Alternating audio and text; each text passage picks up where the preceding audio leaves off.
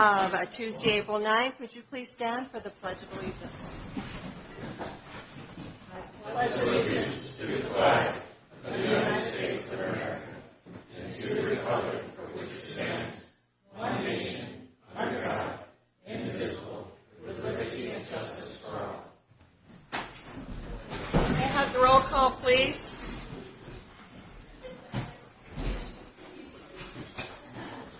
Councilperson Gary Larry. Present. Council President Michael Bontra absent. Council President Linda Rochford. Here.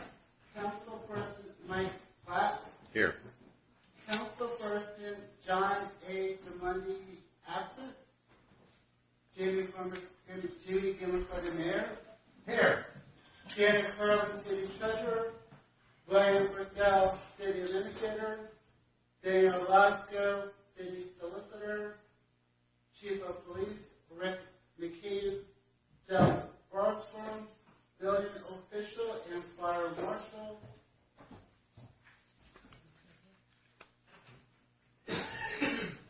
All right. Thank you very much. Welcome, everyone.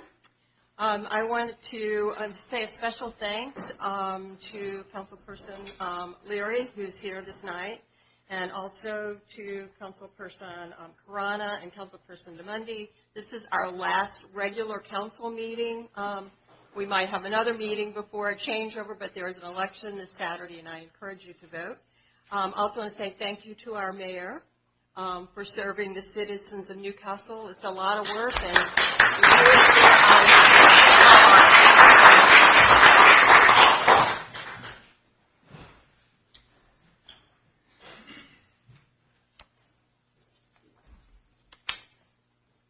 we don't have minutes this evening. I would, at this point, like a motion to approve the staff reports as presented. So moved. Second. All those in favor of approving staff reports indicate by saying aye. Aye. Opposed? Did you say aye?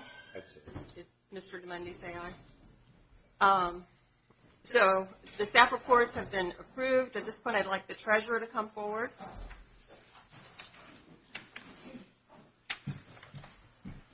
Good evening. Good evening. This report is the unaudited report as treasurer's report as of March 31st, 2019. The total unrestricted funds, $3,518,427.22. Total restricted funds, $2,461,087.41. Total in the cash account. Total cash in the accounts, $5,979,514.63. Our long-term debt is $2,042,224, and of that amount, $1,742,904 is being paid back by the trust. So we have a net amount of $299,320, which is includes the vehicles that we have on hand. Okay. Are we on target in terms of our budget this year? Are so on target. Yes, we are. Compared to 2000, we are 78% of our income has been realized versus 80% at this time last year. Yes, this is 9 months into the mission, and we're going to be starting budget talks soon. So, and as you know, this budgeting process is simply a way to manage our monies, and that's what we do very well. Okay. And thank you for all the help you give us on that. Thank you. I will come in. I did. The question came at the last meeting, and I looked back down to 2015, and the city's actual budget always came under budgeted for that time period. So, any questions for the treasurer? A motion to approve the treasurer's report as presented unaudited. So be it. Motion from Platt, second from Ms. Leary. All those in favor indicate by saying aye. Aye. Nays? Okay, it has been approved unanimously. Thank you. Thank you very much. And next we're going to go to reports from city administrator and staff. All right, thank you, Madam President. I do have a number of things to present to council. Number one, we did have a property that went to sheriff's sale today, 615 Clymer Street. Unfortunately, it was not sold, so we will be taking possession of that again within 90 days or so. Redemption period 60 days, and I can file a motion with the court to have a sheriff. Yeah, 90 days. 90 days. And so in the meantime, what we're going to try to do is sell the agreement, which is what we did the last time a property went to sale and it wasn't sold by investors. But anyway, just to let you know, the property did go to sale today. We did get word from DelDOT that the 6th Street and the 6th and Delaware Street traffic light that council requested and DelDOT approved we were told, should be completed in the fiscal year 2021. So we're going into fiscal year 2020, so obviously about a year from now, we're anticipating that the light will be installed at that location. We are going to begin street sweeping on May 6th. We did put out a schedule last week. We've updated that. That will go into the weekly this week. It's also been put in cobblestones. There are copies of the schedule here for people to take. It's out on the where we keep our agenda items. We will continue to publish it, and then when the time comes and we're actually getting close to do the sweeping itself, we'll be putting up signs, and so there'll be plenty of notification for people to know when it is happening and where. So again, encourage you to take schedules when you leave this evening. Delaware Street. I've been in touch with Dave Athey from AECOM, and we anticipate that the bids for Delaware Street should be ready to go middle to end of May. They continue to do some preliminary work. There was oil boring tests that needed to be done, pre-work that they're engaged in with MSC, and so hopefully by the middle of May, like I said, by the end of May, we'll be ready to put those bids out for that project.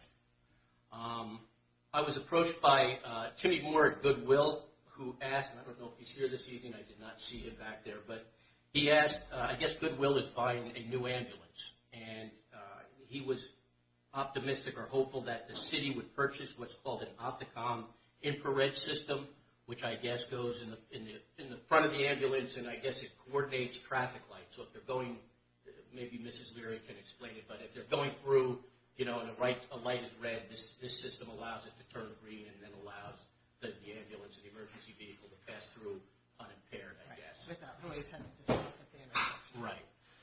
Now, the cost for that is $1,320. I was able to identify that amount out of the police vehicle budget, which we have, which will more than allow us, with what we currently have in that budget, to cover those costs. So unless council has a concern with that, then we would go ahead and support that effort.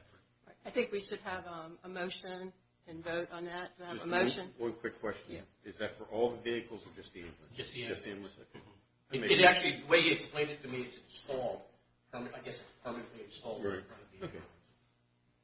I make a motion that we provide the Goodwill Fire Company with $1,320 to purchase an Opticon for the ambulance.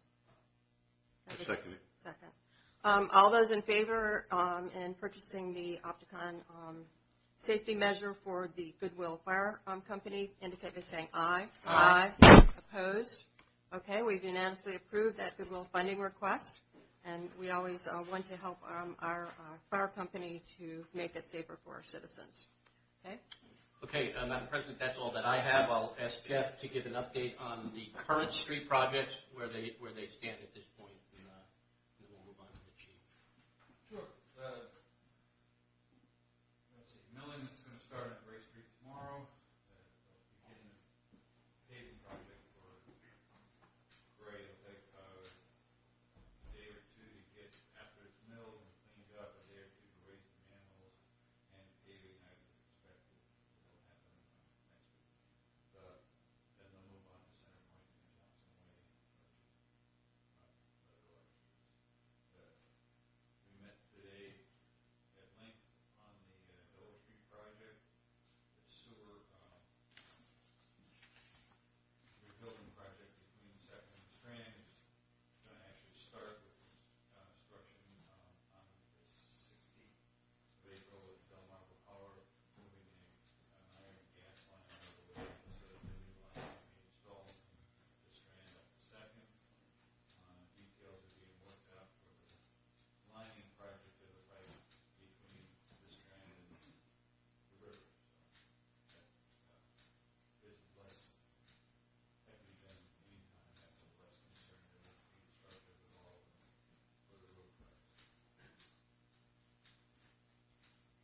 Would you like to update people on the meeting we had with DNREC about sea level and flood protection, sea level rise? Yeah, sea level,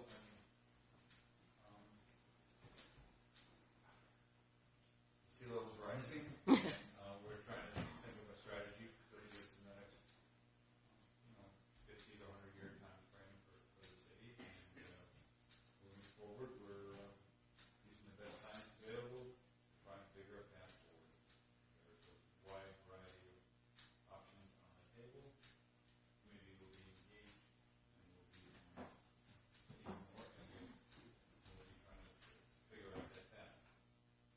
I think it's great because we received a $30,000 grant from DNREC Right. to do some modeling, which basically is a precursor to us figuring out what our options are for flood protection, because it's a very complicated question with complicated answers, and you have to understand your risk and your potential to ameliorate them first. And so that's a great step. Right.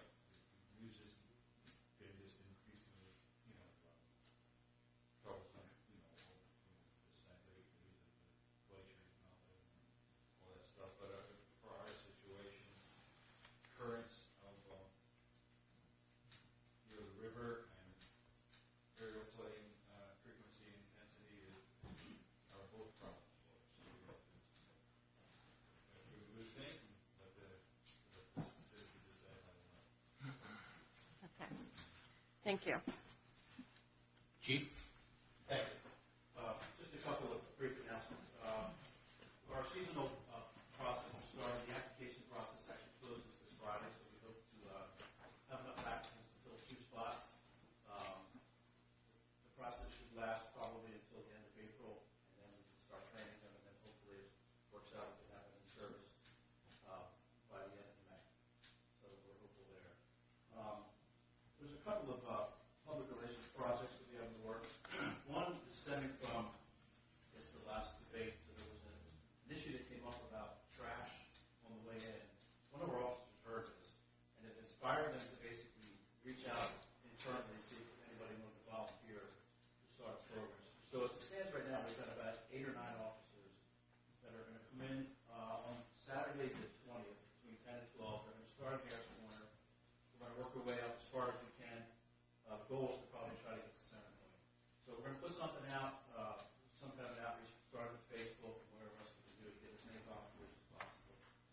That way we kind of, get people to invest in that kind of stuff. So whatever was discussed that night was effective. Another outreach program that we're looking to start, this is scheduled for May the 25th. This involves the National Association of Mental Illness. We're trying to get an outreach program to help residents that are struggling with either addiction or mental health, both at the same time. An opportunity to meet with folks from DHSS and Newcastle City Police Department. This is in conjunction with Goodwill. Really, there's kind of 3 tiers to this. One is what to expect from the first responders. Hopefully, we can answer that kind of question.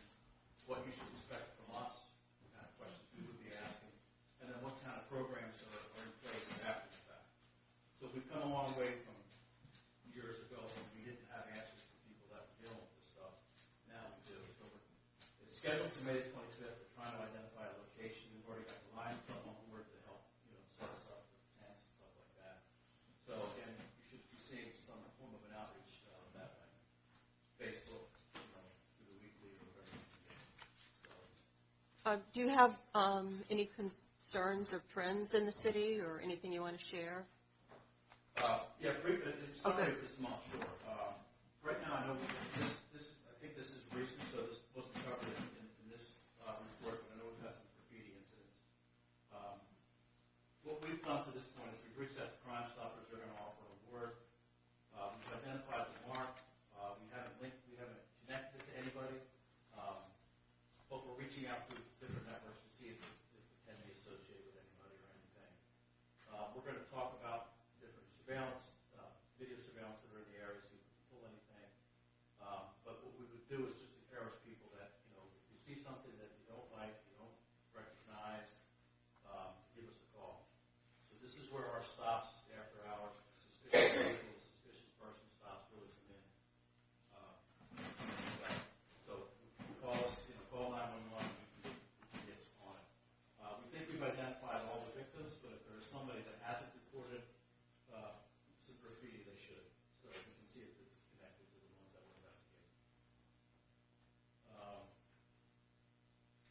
highlights from last month.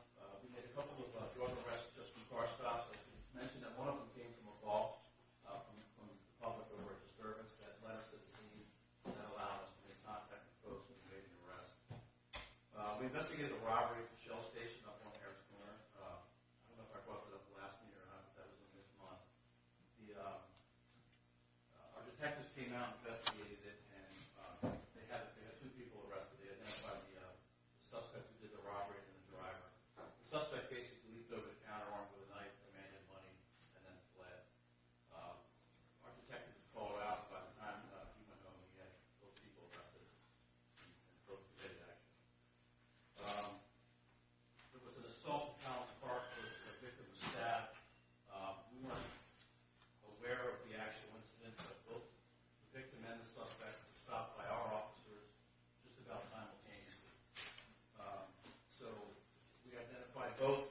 We got them turned over to the right agency. So those are the things that we're seeing by proactive patrol. As far as trends, last month no quality of life trends. Any questions for the chief? Okay. Thanks for everything you do out there. That's it. Okay. Council communications. Anyone from council want to share something? Ms. Leary?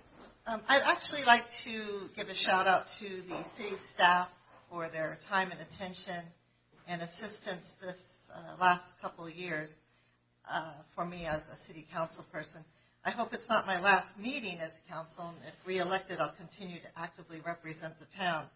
But I want to thank a number of people throughout the city that aren't even here, and some are here, for their acts of camaraderie and compassion, especially when our house was painted.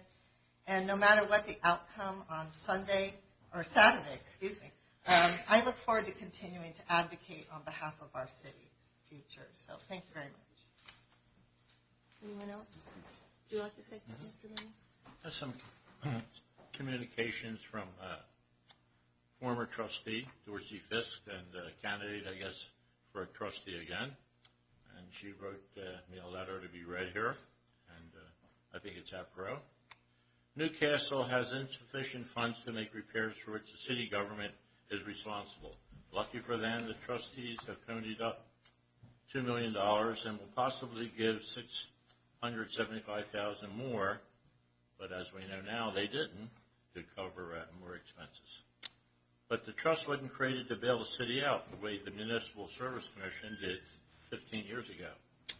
The trust money, which in charter states is for the use, benefit, and accommodation of the town's inhabitants, should be spent on projects that are beyond the scope of the city's government routine business. It should not be used to allow the government to be slacking its responsibility for raising revenue. Last month I gave you papers that showed in 2004 the MSC gave money to keep the city from bankruptcy.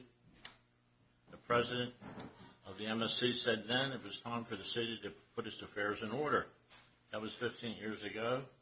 It's way past that time for council to do its duty for the residents of our town, to do so. Based on your experiences during the past 2 years, you have the responsibility to provide the new council the policies and procedures that are in the most functional structure. If any changes you make are unacceptable to the next council, it can repeal them. Therefore, on behalf of the Newcastle residents and for the health of the city, will you please take action? A resolution is needed to avoid the operating fund oversights of more than 5% of any fiscal year budget. The only exception would be in a case of emergency. The public deserves a response tonight from all council members on this vital subject.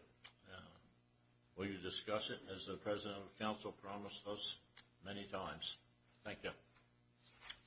Dorsey Fisk.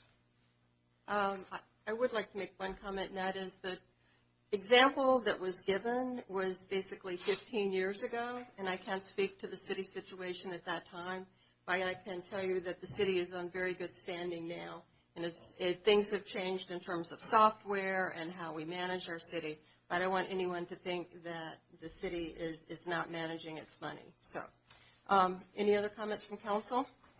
I sure take exception to that. As an accountant, I would say I would sell their stock if it was for sale. Because of your city charter change, we're $3 million poor on our credit card. You opened up a credit card, you've maxed it out, you tried to reach out to the trustees for $600,000 more, they turned you down. Now we're not going to be able to pave the rest of Delaware Street. We're still spending hundreds of thousands of dollars to study what to do with it when that's all we had to do was pave it to start with. Okay, we're So, going to move no, on. I don't think you're in good shape. Well, because, that's your opinion. Let me finish. You made a statement. You asked for your base, the real estate taxes are only $3 million. Your salaries and benefits alone are $3.7 million. How is that in good shape? You're mirroring the auditor. That's all. To me, that's all he's doing is trying to keep his job as auditor to audit you again and take another $20,000 or $30,000 from the city. No, the city's not in good shape unless you believe maxing out your credit cards is in good shape. Thank you. Okay, at this point, I'm going to turn it over to business from the mayor.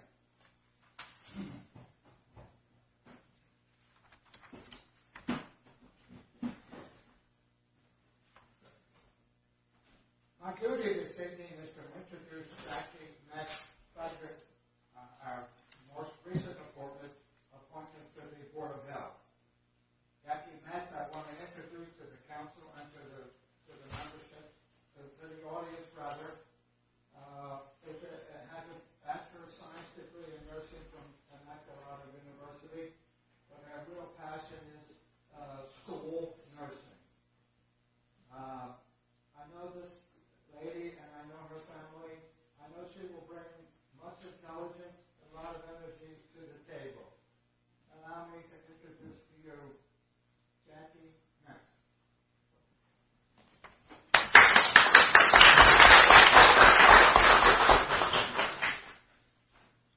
That's all I have for this evening.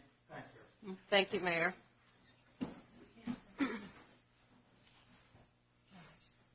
I have a couple of items.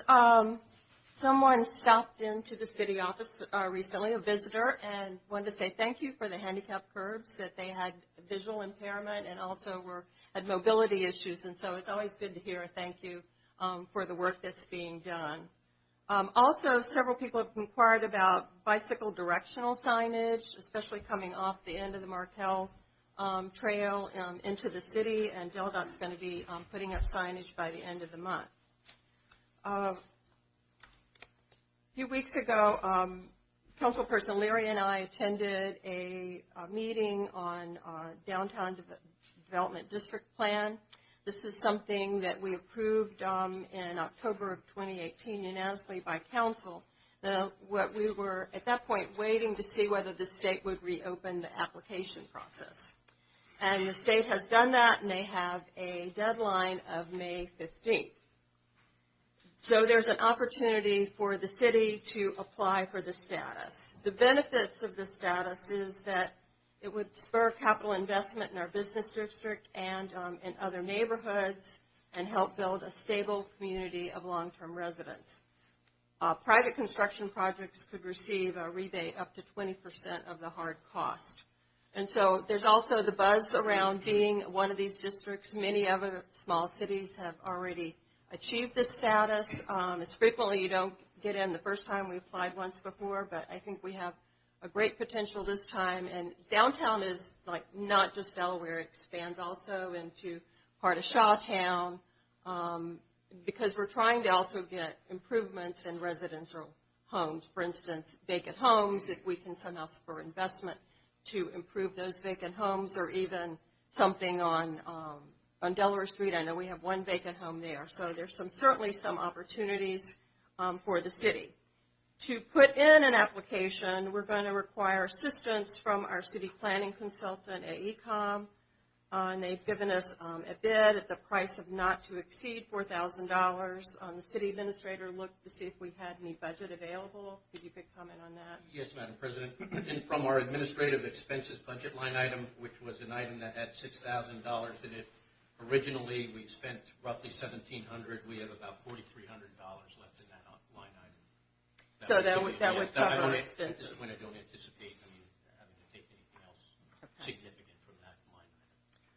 So if council were to approve the spending of that money, since it was not in our budget, but it's something we have been talking about for quite some time, then the money could be used to implement development application, and the new council would actually make the approval of the submittal and any incentives associated with the plan, because I think that's the proper thing to do, because you would want whoever is carrying that forward to be basically part of that process.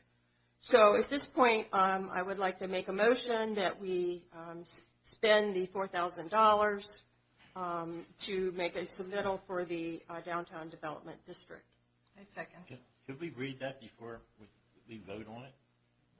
Could we read that? Is that in our No, notes I'm here? just making a motion. You're making a motion on something we don't know about.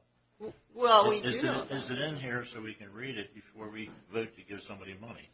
Well, we talked about this before. We approved the plan in October of last year.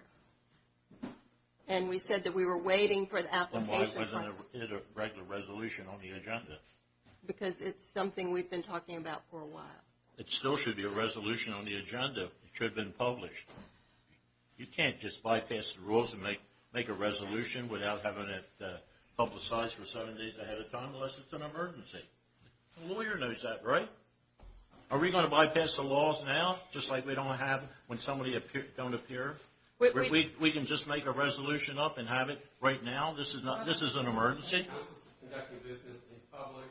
You've already approved the budget. There's a budget availability. If council wants to make that resolution, like you did a few minutes ago for the ambulance apparatus, you can do it.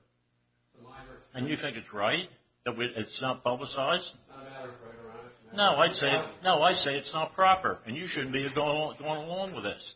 No. Okay, well, It's that's not your proper. opinion. It's not on the agenda. It should be publicized 7 days beforehand, unless it's an emergency. You keep making up rules to do things.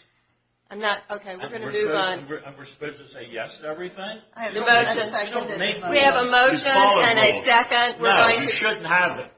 We're going to call for the vote. Formal objection to it. It's against the rules.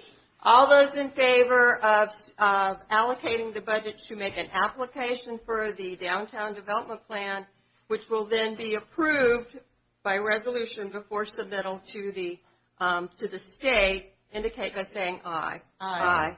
Opposed. Yes. Okay. So it's passed 3-1. Making Okay. a formal objection. The next item on the agenda is a motion.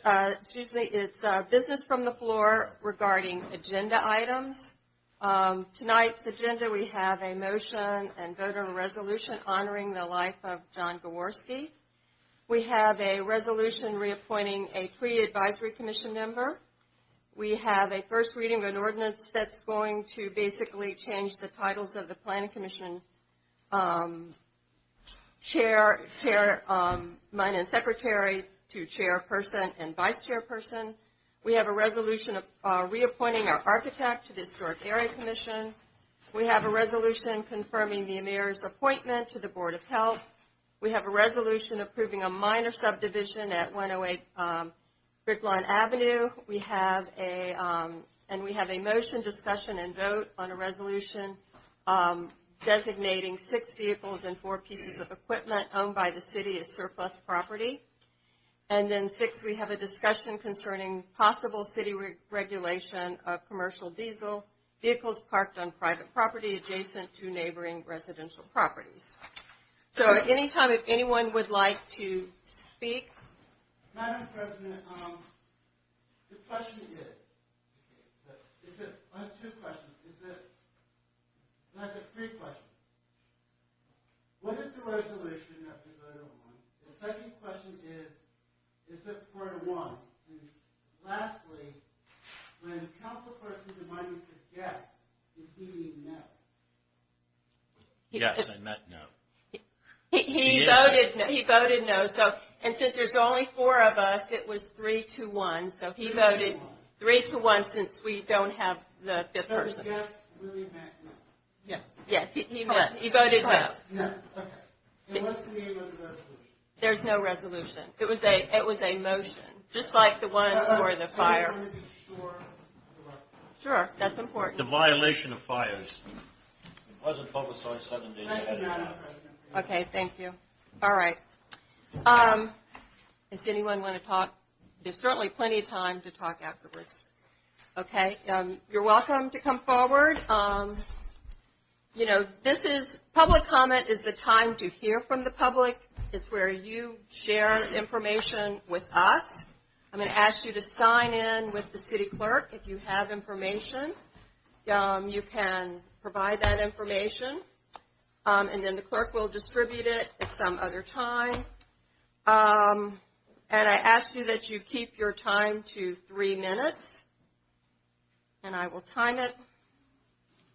We're not here to enter into discussions. We're basically, you're going to inform us about your views. And if you have brief questions, we'll try to respond. But otherwise, we would like to talk to you later or get information that we may not have at our fingertips. So at this point, you would identify yourself and your address, please. My name's Roderick Gillespie. I live at 24 West 4th Street. Concerning the item number 5, motion, discussion, and vote on resolution 2019-15, the surplus vehicles. I would like to be assured that the replacements for these vehicles exist now. Are these truly surplus? Yes. You have a full... We're getting rid of them because we're not using them, because they're old, they're antiquated. We've got it. They are surplus vehicles. They're basically functionally no good at this point. I guess that's a fair description. So if you take them away, you won't have crews that don't have a vehicle or a piece of machinery to work on. No? So, okay, that's fine. That satisfies me. Thank you very much. And by the way, the City of Newark allows 5 minutes for public comment. There are other, the Newcastle County allows 3 minutes. I think it's a bit restrictive. I think 5 is a good number. Thank you very much. Okay, thank you. Anyone else?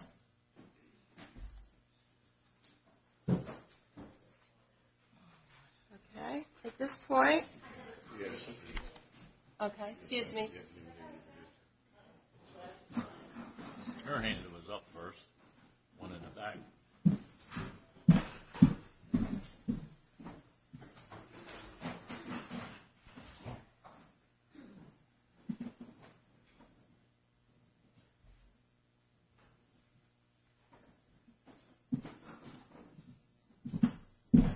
Good evening, Karen Whalen, 17 West 3rd.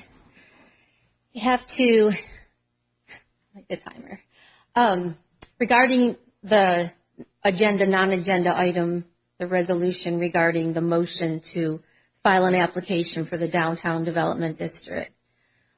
Why are you making up rules as you go along? That's really pretty much status quo MO for this council. I agree with John.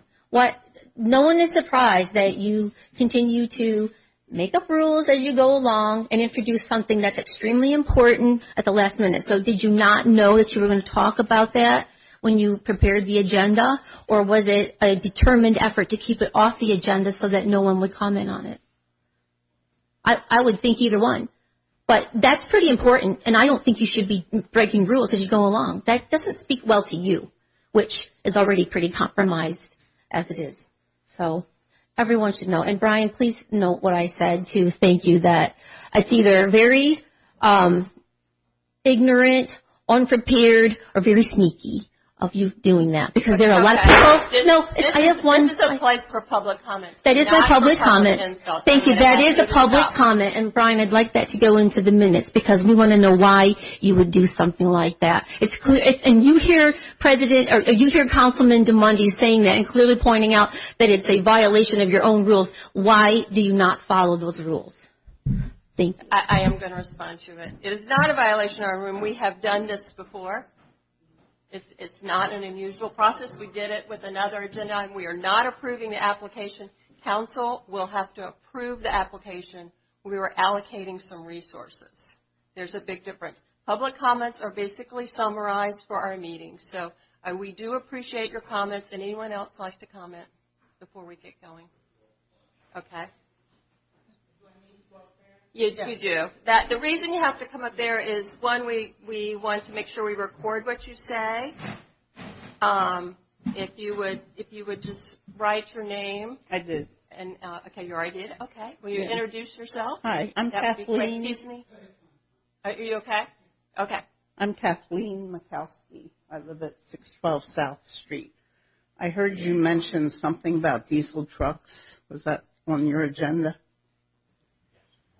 I'm sorry, I didn't hear you. She's about item number 6, The which last is item. concerning possible city regulation of the commercial Yes, diesel. yes. There's a Okay. discussion topic. Yes. I live next door to Muldoon's Diesel Service. Okay. On a daily basis, there are 7 to 9 heavy pickup diesel trucks backed up to my property, which is causing a quality of life issue for myself and my family. My daughter's a disabled vet. My son is autistic. My grandson is autistic. We all live in that home and have lived there for a long time. The noise and the stench and the disconsideration of those trucks that idle their engines for 15 to 20 minutes, pumping that diesel smoke at my house, on my car. I cannot open my windows. It has become intolerable for us, and I'm bringing that to your attention to see if something could be done, even to have them park their tailpipes towards the other end of the parking lot instead of having them pump their stuff right at my house, which is causing a great deal of stress for me and my family. Okay. Well, thank you for coming to share that with us tonight. Anyone else?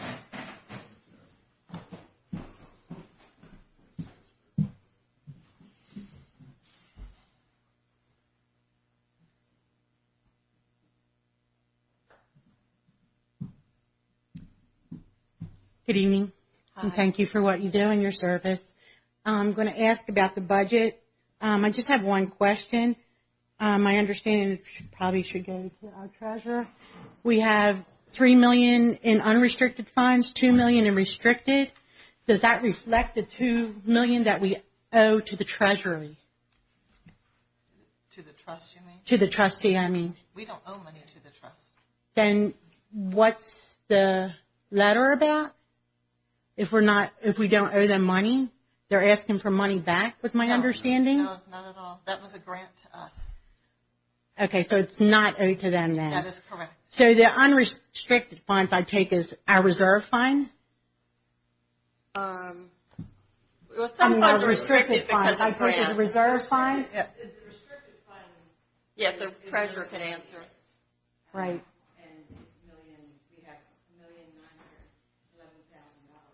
Okay. And when will budget meetings start?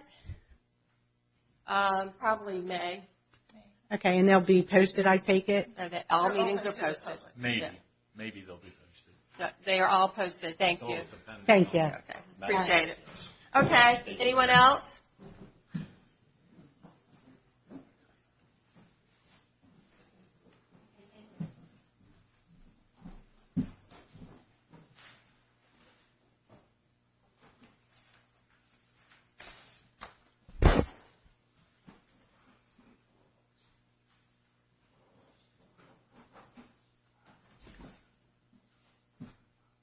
Good evening. Just had a quick question. When the grant request for the application was brought up, does it open the door once it was approved to any expenditures, or do you have to, once the idea is approved by council, do you have to disclose what's involved to get the grant or approve the details, or once you've decided that you're going to apply for it, is it open season to spend whatever needs to be spent? The grant is, basically we're approved is for someone to prepare the application. Council will then have to review and make decisions about any expenses going forward, if there were incentives, for instance. Once it's submitted, if a council does approve for it, so there's no approval when we approved the plan last fall. Once if a council approves submittal, then it goes to the state, who then makes a decision about whether or not you receive the designation. And then if you receive the designation, you have a couple of months to begin the implementation. Well, I guess the main question, because I've worked on many a grant requests for Wilmington and other communities, but I guess what my main question is, once council voted to move ahead with applying for the grant, did that automatically make it whatever expenses needed to be done to put in for the grant, to have somebody do it? We just approve an amount, which is a and there was an amount then no greater than $4,000. It's for basically consultant time. All right, so it was approved that a certain amount would be put out. Correct. All right, thank you. We haven't heard what we're going to have to pay to get this money. Okay. All right. Anyone else?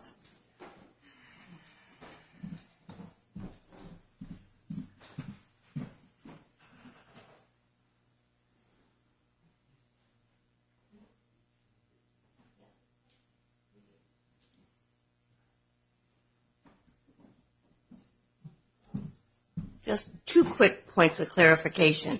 What was the deadline by which you have to apply for this state funding? Was there a deadline by which the application has to be in? Yes, May 15th, but that you have to have some time to actually prepare it prior. That means it's totally done. So you're going to start with ACOM with the money that you just allocated. They are going to start right away putting together the application. Then you will be able to agree on at your next council meeting, which is shortly before the May 15th deadline. Is that it? We would need to schedule a special council meeting to Okay. have a discussion. But it would be the new council, which should be appropriately. We just were in a time crunch in terms of actually getting the. So you just found out that this deadline is May 15th. Is that? They just reopened the application. Oh, reopened. Okay. And my other comment is simply an observation that I'm noticing behind the senior center a lot of effort in moving dirt again. And what looks to me like a big pipe is coming up that was there when the garrison, the same kind of pipe when the garrison started. And I'm just curious, what the heck, and I think a lot of other people want to know, what the heck are they doing back there? I can't believe it's just moving dirt from somewhere else and putting it there, because I just don't, I'm curious as to what is actually going on. Okay. That's it. Thank you. I think this question has come up. Dale Levinson, 318 South Street. So this question has come up a couple of times, and if you can take a seat, I'm going to ask our building official to just respond quickly to that question about what's. It is in fact a simple fill project. Pipe coming up this road drain, the land drain is going to be there. What are they? There are no plans there's no application to build at this point. It's approved. It's gone through all the permitting. If they wanted to build, they would have to go through more permitting, and it's gone through DNREC or whoever is required for them to go through. Conservation District or? Okay. The way the moratorium thing was written, They only have to come forward with a conceptual plan, and then they have the right to build it. So it don't have to go through anybody or anything for that thing to go to right to build. Just like last Monday, when the Apex, the largest construction project in the last 50 years in the city of Newcastle, bypassed the moratorium because it went to the planning commission with a conceptual plan. So no, it don't have to go through anybody. It only has to go with a piece of paper. Oh, I think I'm going to do this sometime. The conceptual plan is, oh yeah, that's nice. 15 minutes later, you have it, and there's nothing you can do about it. Nothing you can do about it. So don't let her or anybody else or Jeff tell you it's going to go through all this rigmarole. Once they get the right to build, you can't stop it unless they want variances. There was nothing approved. There was nothing approved at the planning commission meeting. It was just an FYI about the application, but nothing was approved. They've got months of background. And What wasn't approved, ma'am? It wasn't approved at the planning commission. No, the conceptual plan was presented. If you read the But it wasn't moratorium, approved. listen to me. If you read the moratorium that the attorney put in there, if a plan is presented, it grandfathers, it has the right to build. I can read. I do contracts. I've seen it. That's why it was put in there, so these people can come forward with a scrap of paper, a couple scribbles on it, get a conceptual plan approved, and it's grandfathered. I'll ask the city solicitor to respond. Mr. DeMonte's sponsored ordinance. I drafted an ordinance from you, you approved it, and council's done. But isn't that the way it reads? It's read that if there's an application. Okay, Miss Valerie? You wrote it. I didn't read it. He wrote it. That's not what I wrote, my friend. That's your request. No, nothing's going on. What are you afraid of? I'm not. No, what are you afraid of? There's nothing going on. There's sewer pipes sticking up out of the ground, and you don't make plans before you do that? You're in dreamland. That was a specific, You're in dreamland, buddy. specific ordinance that was proposed, and it basically is going through the ordinance process. But one of the dangers of announcing that you're thinking of a moratorium is it does encourage applications. There's nothing you can do about it now. So, but it is really specifically on multifamily and multi-use properties. Okay, let's move on. It's bought and paid for. Let's move on. Anything else? Okay. At this point, we're going to go back to the agenda, and it is our first item is a resolution honoring the life of John Gaworski, Jr.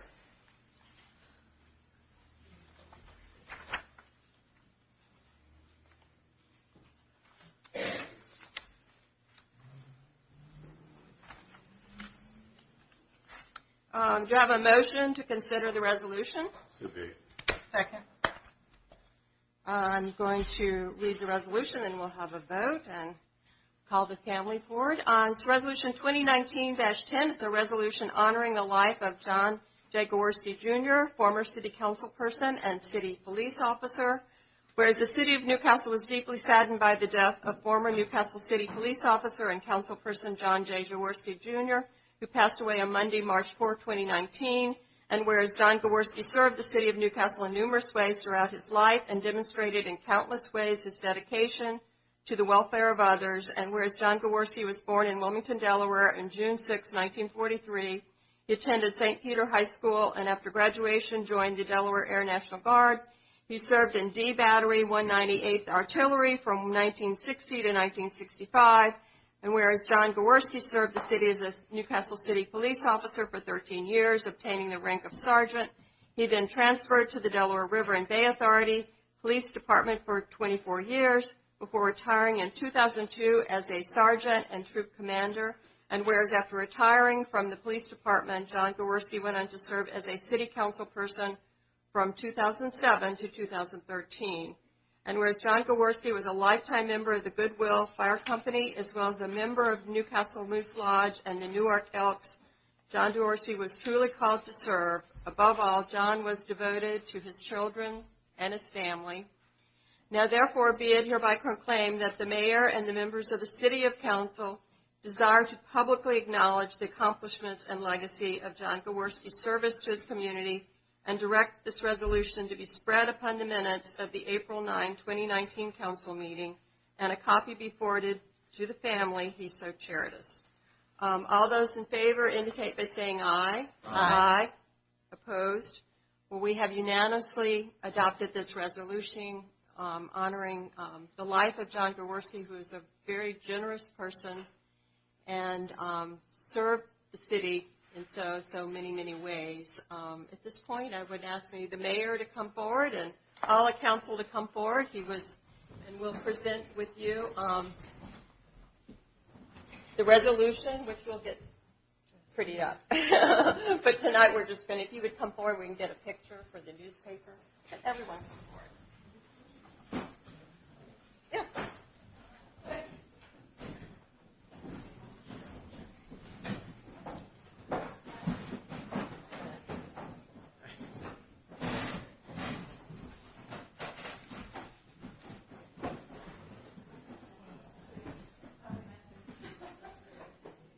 Be closer so I can get closer. No, closer, not farther away.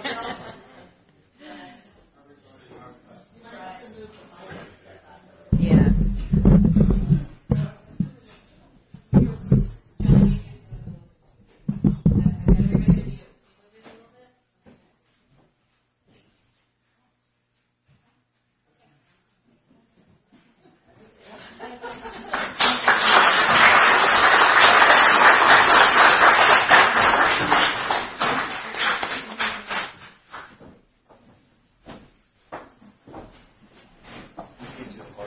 Mike's not here to sign, so if you get up, give me a call and I'll get up with one of you guys. Okay.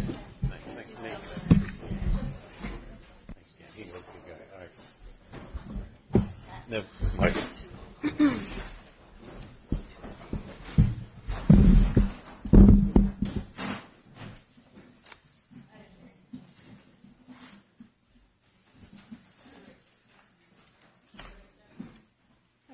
The next item on the agenda is a motion, discussion, and vote on a resolution reappointing Tom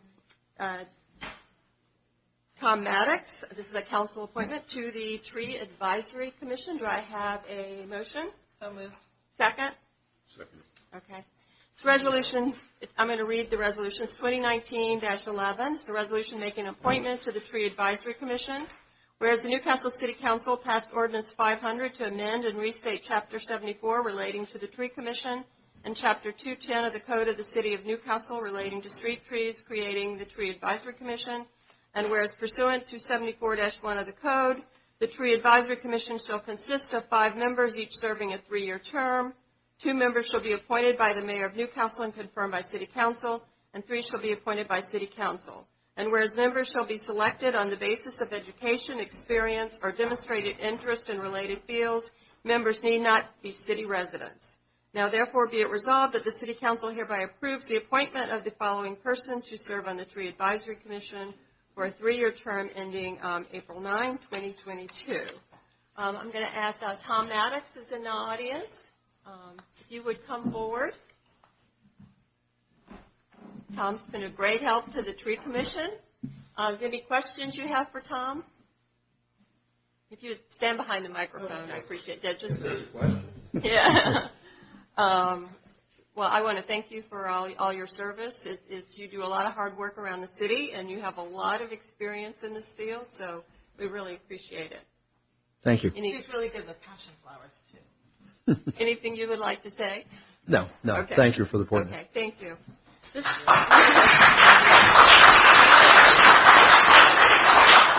this point, I'm going to call for the vote, and then we'll clap, okay? All those in favor of reappointing Tom Maddox indicate by saying aye. Aye. Aye. Opposed? Okay, you've been unanimously reappointed, and thanks for your service.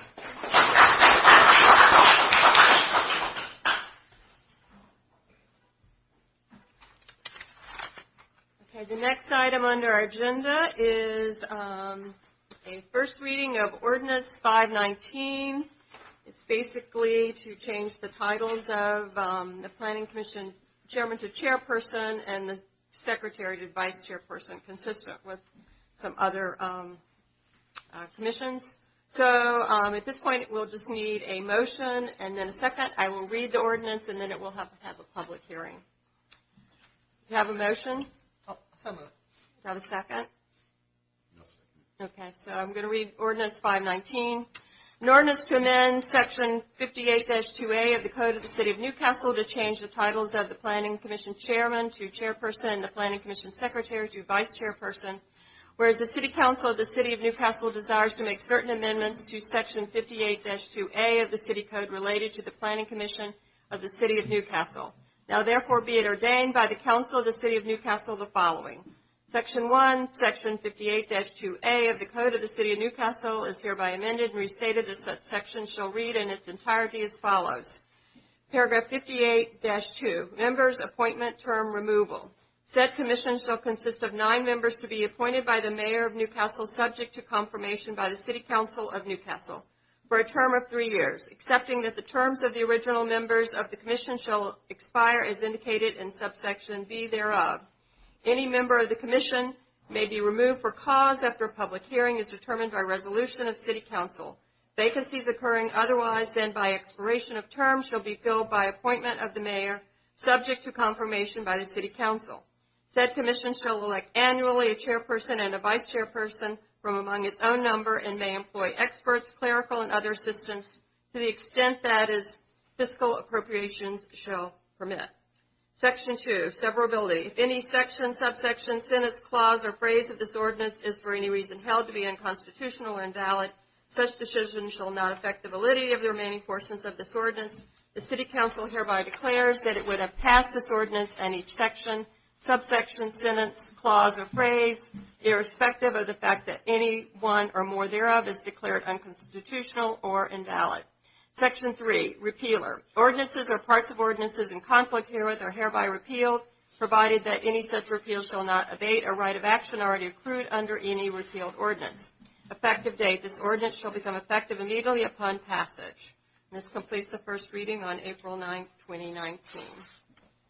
Okay, the next item on the agenda is a motion, discussion, and vote on Resolution 2019-12. It's a resolution reappointing the A1A architect to the Historic Area Commission, Layla Hamron. Do you have a motion to consider Resolution 2019-12? So moved. Do you have a second? I'm going to read the resolution, and we'll ask Ms. Hamron to come forward. This is Resolution 2019-12. It's a resolution making an appointment to the Historic Area Commission. Whereas the Newcastle City Codes provides that the City Council should appoint an architect holding membership in the American Institute of Architects and having interest and knowledge in the protection, preservation, and restoration of the colonial aspects of the city to the Historic Area Commission for a term of 3 years. And whereas Layla Hamron, in addition to holding membership in the American Institute of Architects, has more than 25 years of national and international heritage preservation experience. And whereas the City Council proposes to appoint Layla Hamron to the Historic Area Commission for a 3-year term, with that term ending on April 9, 2022. Now, therefore, be it resolved that the City Council hereby appoints the following person to the Historic Area Commission: Layla Hamron, AIA, NCARB, LEED, and AP. And that would be for a term April 9, 2019, April 9, 2022. I'm going to ask Ms. Hamron to come forward.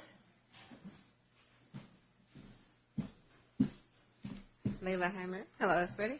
Yeah. I'm back. So thank you for all the work that you've been doing, the Historic Area Commission. I don't even know what all these letters mean, but I know that you have, you're very, very well qualified, and you've worked on many special projects and helped residents individually on their homes or their businesses. So at this point, is any questions from council? Yes. I'm very concerned about the direction of this Historic Commission, leaning more toward alternate materials rather than the natural and the historic materials that I believe that they should adhere to. Every meeting I see and I attend, more and more alternate materials like cement and wood and different kind of siding and especially concerned about side windows being made out of plastic type materials rather than wood. What you're leaning toward is Clint Eastwood type Western, where just the facades are authentic and the rest is just to hold it up.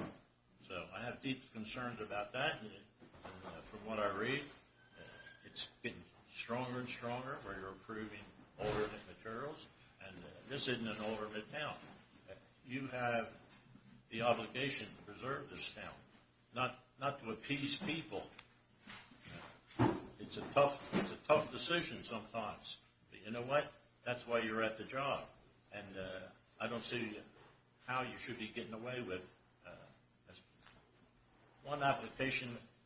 All the windows except the very front one are going to be this Anderson Renew cheese board or whatever the hell they are. That's terrible.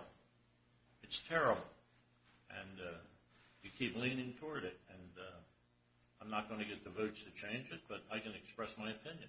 Thank you. And if I may just respond to that, just as a point of order, I completely understand the notion of alternate materials is one that's challenging. When the city went through the whole process with the input from the public and the HARC and the revised guidelines, it was expressly the wish of the group to put that in. It was put in with a lot of safeguards and limitations. And if you look at the record, more often than not, when my recommendation has come to alternate materials, I have always encouraged the use of natural materials. But the process also made that the change was that to represent the intent and wishes of the city, since I was not a resident, the architect is a consulting member, but not a voting member. And you'll have noticed by the record that sometimes, I have been overturned. It's a debate that the city has to have and the citizens have to have, and that's why the whole notion when we updated the guidelines was to come forth with a hack that represented the intent and the direction of the city. I can just act to the best of my professional, responsibility to recommend what I think is best, and we have put those parameters in. But ultimately, the whole notion of, government and representation by the residents, all we can do is advocate. And that's what I would recommend everybody does, to come and advocate and, then change and see how HAC responds. That's the point of clarification. I have deep concerns that the chairperson had to tear windows out when she put alternate material windows in against the code. And now she seems to be advocating, with the rest of the committee's help, putting alternate materials for all these windows. Yes, no, she had to take her windows out of her house because they weren't approved, and she just put them in anyway. Now, all these windows are turning into cardboard windows instead of wooden windows. And you know what? You can't turn back the clock. You can't turn back the clock and say, oh yeah, in 17 or 1800, they could have used the cardboard windows. Even Williamsburg had to step up and stop it. And here we are, we're ending up with just 4 authentic wooden windows, and the rest of them, who the hell knows, Anderson Renew, which is nothing but recycled sawdust.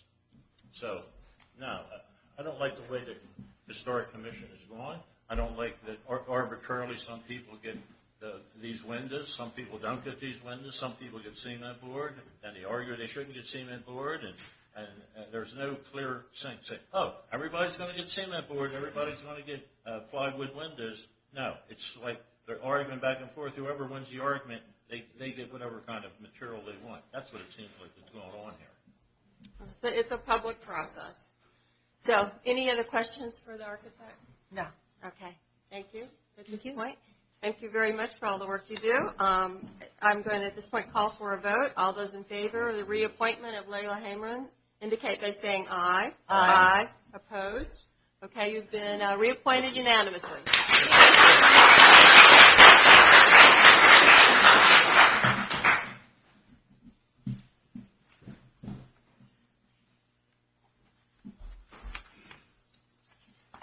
Okay, the next one is a resolution confirming the mayor's appointment to the Board of Health. To have a motion for Resolution 2019-13. Second.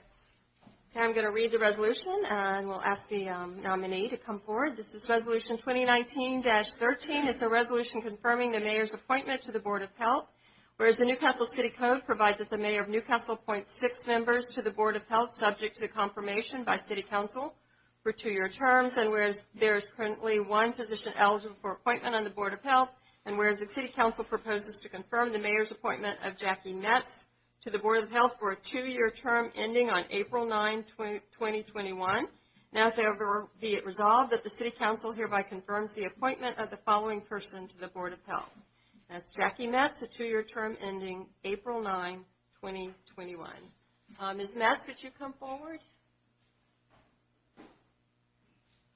Thank you for being willing to step up. It's an important committee, and you've got a lot of good experience. You may want to just tell people about yourself, because you haven't been on this board before.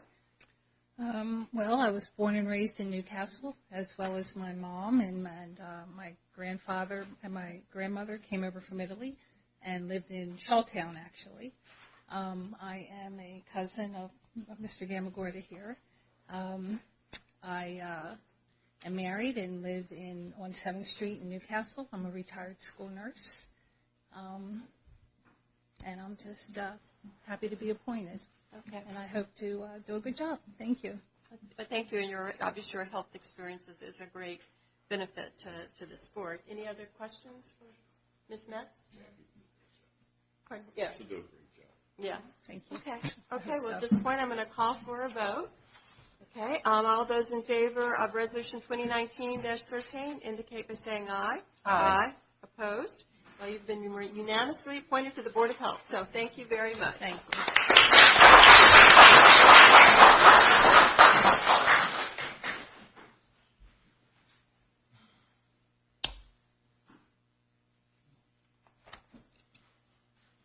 Okay, the next item is a resolution approving a minor subdivision at 108 Brigline Avenue. Do I have a motion to approve this resolution? So moved.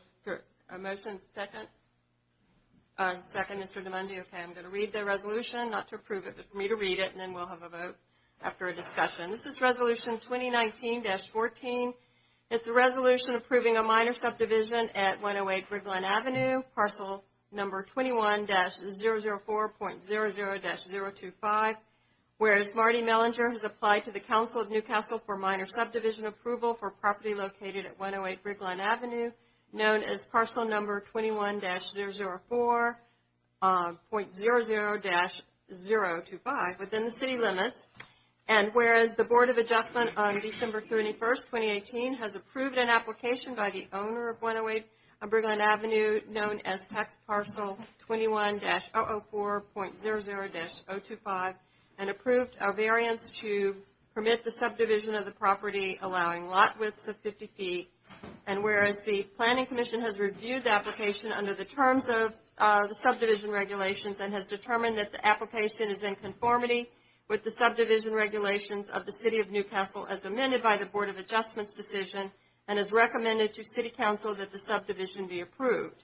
And whereas the Council determines the application meets the requirements necessary for the approval of the subdivision, as shown on the attached Exhibit A.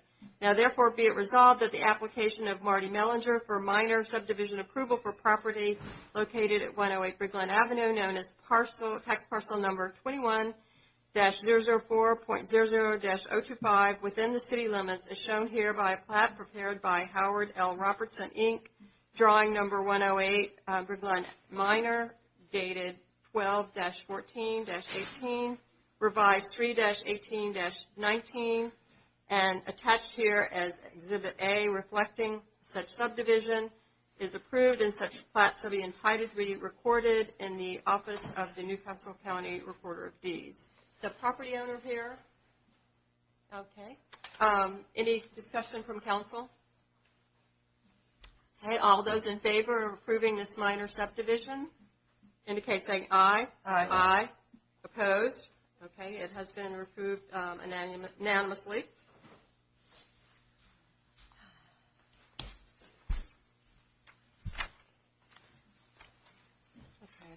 The next item is a resolution 2019-15 It's a resolution to designate 6 vehicles and 4 pieces of equipment owned by the city as surplus property and authorizing disposal of said surplus property. Do I have a motion to consider 2019-15?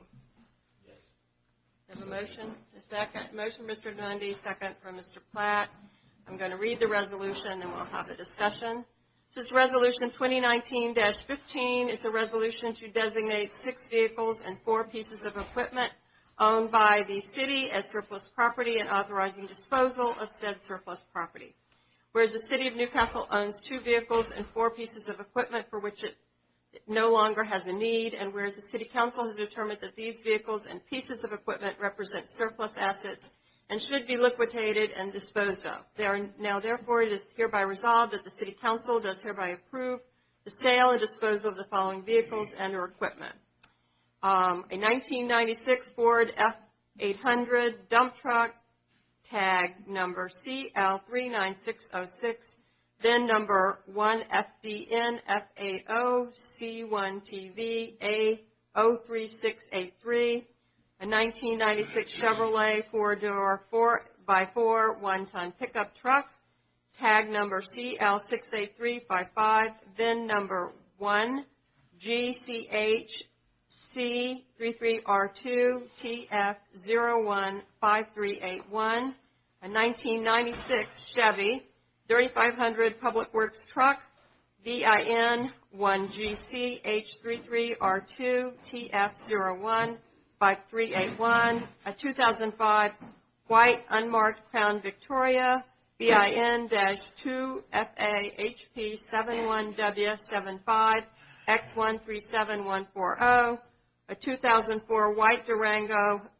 VIN 1D8HB48N54 F235387, a 2007 blue Crown Victoria marked VIPS, VIN 2FAHP71W17X115766, a 1986 JCB 1400B backhoe, model 1400B-serial number 14T4106322637, a 1997 Elgin Pelican street sweeper, serial number T04045T724990, a 1968 Detroit diesel air compressor, serial number 752677, model number 2088, a 1990 Stowe trailer, model number T3000,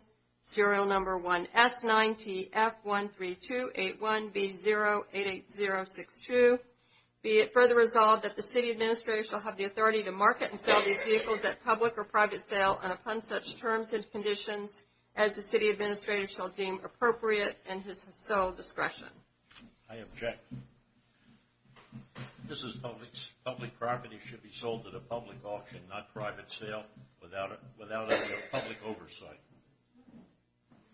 Could you, Mr. Barthel, could you explain why all these are, we're not being replaced, it's just excess? Right. The list of these, this list was provided to me by the Public Works Supervisor and by the Chief of Police.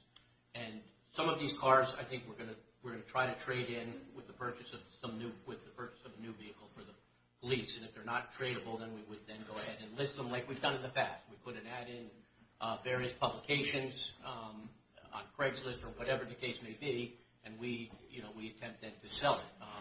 I certainly can report that back to council if that's what you want us to do. But I mean, we've typically reported back that these were the bids, for example, that we've received, and these were the prices that we took. I mean, the idea is to try to get rid of these. They've been here for a long time, and as I said, the intent is just for us to get rid of them in an expedient manner. But if council wants us to do another, to try to do something different, more cumbersome, we certainly can do that. I would think this is something we do quite frequently. Well, we've done it before, let's just say that, yes. In terms of surplus. Correct. So, and this is the process that we follow all those times. Correct. Yeah. I mean, and this isn't like the surplus property for real estate, this is a little bit different. This is really kind of where we're just saying, we're letting council know that these vehicles and this equipment has no value to us, and hopefully we'll be able to raise some money that will go into the, General fund. No, they have value. They have junk value. That They may be the have case. value. You can't make the excuse that you don't need a public auction because they don't have value, because they do have value. So, no, we're talking about rules. We keep vacating rules as we go along here. This is public property. It should be sold at a public auction, just like land, just like every other asset. It should be sold. This is not just a lawnmower or something. There's 10 vehicles here. This is public property. You don't let people sell stuff or give stuff away without the public being aware of it. No, it should be a public sale. It's public property. Well, I think we have a process we've used before, and the resolution speaks for itself. Well, if you wanted to make a motion, you could make a motion. I don't have to make a motion. It's the law. It's public property. It's supposed to go to public auction. I don't have to make a motion to uphold the law. Mr. Lasko, can you speak on that? There's no law that requires you to auction this public property. And I'll point out a couple other things. You're going to spend money on an auctioneer. You're going to spend money on advertising. And typically, you don't get the best price at an auction. It's a compelling sale. It's not an arm's length transaction where you can advertise and accept the best bids. But whatever council wants to do on this is fine with me. I think you can do it either way. But there's no law that says you have to auction off surplus vehicles. I mean, I'm fine with the process we've used before. There can't be a whole lot of value. Most of the cars are over 15 years old. I'm pretty sure they're beat pretty well, so I'm fine with it too. Yeah, there might be some scrap metal. Okay, well, let's have a vote then on Resolution 2019-15. All those in favor indicate by saying aye. Aye. Opposed? As is? Yes. No. And it's against the law. You keep circumventing things. You keep making up laws as you go along. No, this is public property. You don't give people the opportunity to make favors and give favors to people by getting rid of it. No. In the city code on this. This is public property. You're wrong again.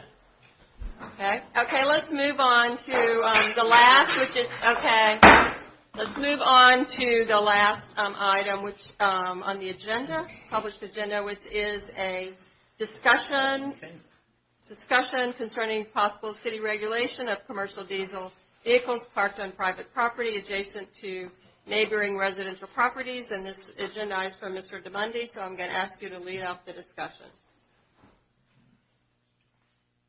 Mr. DeMundi, would you like to comment on the discussion item that you put on the agenda? Oh, yes. I've been trying to do this for 3 years, and we finally had to come to this. Our good neighbor, the Maduris, have turned their back on these people. I've sent you photos. I've asked Mr. Lasko. I asked Mr. Berstrom. I asked Mr. Caselli for a very simple solution. They backed these vehicles up to this lady's house within a few feet. They happen to be diesel vehicles, much more toxic than gasoline because the exhaust on a lot of them aren't regulated. They aren't cleaned up. They've killed her garden. They killed her grass. There's soot, pictures of soot inside her house. Mr. Lasko said we can't regulate how people park on commercial property, but we can regulate poisoning people. We can regulate poisoning people. No, they're harming her health. And there's a simple solution. It's not getting rid of their parking. Just simply pull in rather than back in. It just seems like a natural neighborly thing to do. And these people are so goddamn spiteful. They put more. No, you're poisoning these people. You won't do nothing about it. 3 years I've been fighting this. That this lady has to put up with this. And nobody will do nothing for her. Jeff has gone to Midori. They park more trucks every time he goes to them.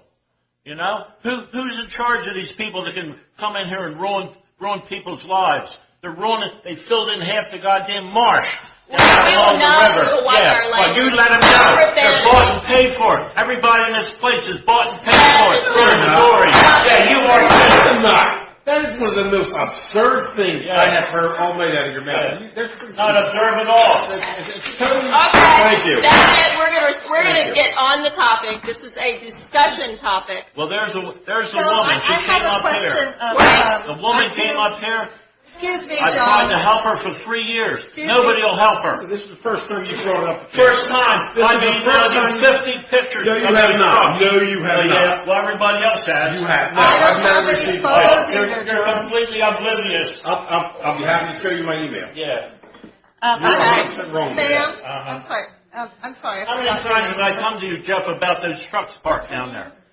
How many times? Okay. Often, right? Okay. Ms. Leary has a question, and I'm going to make sure we understand the law after that. She has a question, I think, for Ms. the McCoskey, property owner. I do actually appreciate, I totally get what you're saying about the exhaust being backed up to your house. So I totally get that. Jeff, you have spoken to them and said, just please turn the vehicle around? To both the building owner and to the landlord. And the response you get is?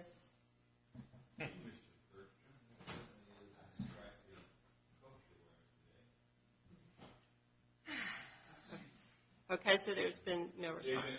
David said, of course, we're going to fix this. We're going to change our way of doing business. So it's really a neighbor discussion issue. I can't find a law that would allow me to enforce the way they park vehicles. Mr. Lasko, would you comment on this particular issue? Yes, I can. First, there is no current. Excuse me, in the back, we can't hear if you're talking, and especially disturbing for the people in the back, so if you would listen to what's being said here. What I was going to say is that there is no current law that restricts how somebody parks their vehicles on privately owned property. That being said, I've never said that something couldn't be done about it. And theoretically, council could adopt an ordinance that requires front-end parking if the commercial property is adjacent to a residential property. Council theoretically could require the ordinance that diesel vehicles adjacent to residential properties not be left running idle for more than 2, 3, 5 minutes. You pick it for the council. So there are some things that could be done, but it requires making an ordinance. I think that's a relatively simple solution. Well, I will give you one caveat, though. I mean, there's always the law of unintended consequences, and I'm not saying this is a serious problem for Mrs. Mikowski, and I'd love to find a solution for her. But I think some thinking ought to be done in studying of properties, that if you're going to restrict commercial properties adjacent to residential properties and how they park their cars, there ought to be some thought as to how that might impact other properties other than this Midori property. So a little thought, a little study, and be careful about how you tailor things. Sometimes when there's a legitimate problem, making a citywide ordinance is not a great solution because of these unintended consequences. So that's my only caveat. We did discuss an idling ordinance, I think maybe, I don't know, a couple of years ago. There was some discussion about that or some research. And one of the things that I found out was it's very hard to enforce. Yes, Ms. Mikowski will be calling 911, and we'll have police officers there to give citations. That would be that kind of enforcement. That's how it would have to work. So obviously, this is a complex issue in terms of figuring out what's the best course of action, and I think trying from a neighbor view, trying to work things out is always a good thing. But apparently that hasn't worked. It has not worked, It has not unfortunately. worked. So what other, I think, looking at, like you said, looking at the ordinance and looking at it very carefully, because you're right, what else will it affect? What other businesses are in this area? Because they also, our business parks, there's no residential. So we'd have to look at whatever businesses are next to residential. And I think that's worth looking at, because I certainly wouldn't want that. So. And you may need to make exceptions for things like, somebody just mentioned fire trucks back there. If Goodwill is next to any residential properties, they may have the need to idle their vehicles for. And they do, yeah. Right. So there'll be some exceptions, I would think, that would happen. For emergency vehicles. This is what I'm saying. I'm just saying we need to study it carefully and look at our maps and see where things lie. Wouldn't it pay to do all vehicles throughout the entire city and put a timeline on idling? I mean, there's a lot of towns that do that, where you just can't sit let your car idle. There's a lot of towns that do that. That ain't going to work. I can't even get them to give people a ticket and park 8 hours in a 2-hour zone. I don't know how Okay, that's off topic. How are you going to police how long somebody's been idling? And that's the difficulty of idling ordinances. Because we looked at one in Newark, they said we never took it for that, because how do you ticket? I mean, it sounds good. Why don't you just have where they have to pull in rather than back in to a residential property? When they're abutting the residence, when they're abutting the commercial property, the vehicles have to pull in rather than back in. Very simple. Put a sign. Is that pull in, or you're not going to get a ticket anyway. So going with his idea, is that a possibility? You might want to ask Ms. Mikowski as to whether or not that would remedy her problems. I mean, the fact that the fumes are coming out in the other direction probably is helpful, but I don't know if it's still going to smell bad there or have residue falling on her garden and what have you. I don't know. Depends on how the wind blows. Depends on how the wind blows. Right, yeah. I think we're all very sympathetic to the issue. It's obviously it's going to require more thinking and, So it's going to be put on the shelf for another 3 years. This was the only time it's been brought up. No, if it was your house, it'd be 30 seconds. And I've never received any photos or anything on it. So I'm, again, sympathetic to that. And I'd like to see if we could just work on something that it's private property. We've tried to go to them and say, hey, be courteous, and that's not working. So, I can't open my window. Right. My roses are all dead. My garden's dead. I have beautiful roses laying that whole. No, they're all dead. They're being cut down.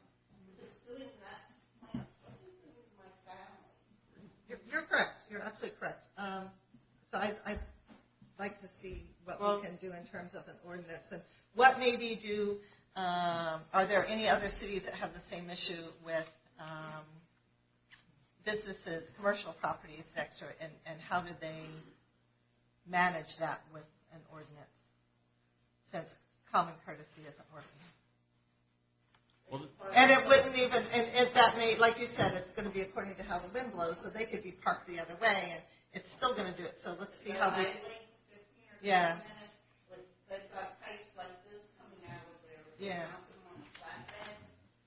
So if they're sitting there for 15 or 20 minutes or something that into my house, at least if they were over there, it might go a different direction. But as it is, it's coming right at me. They could park in front of the SPCA. So, my dog's unhappy, but I'm more important than the dog.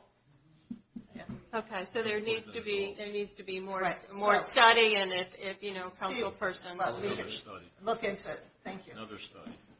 Be another study. Okay. All right.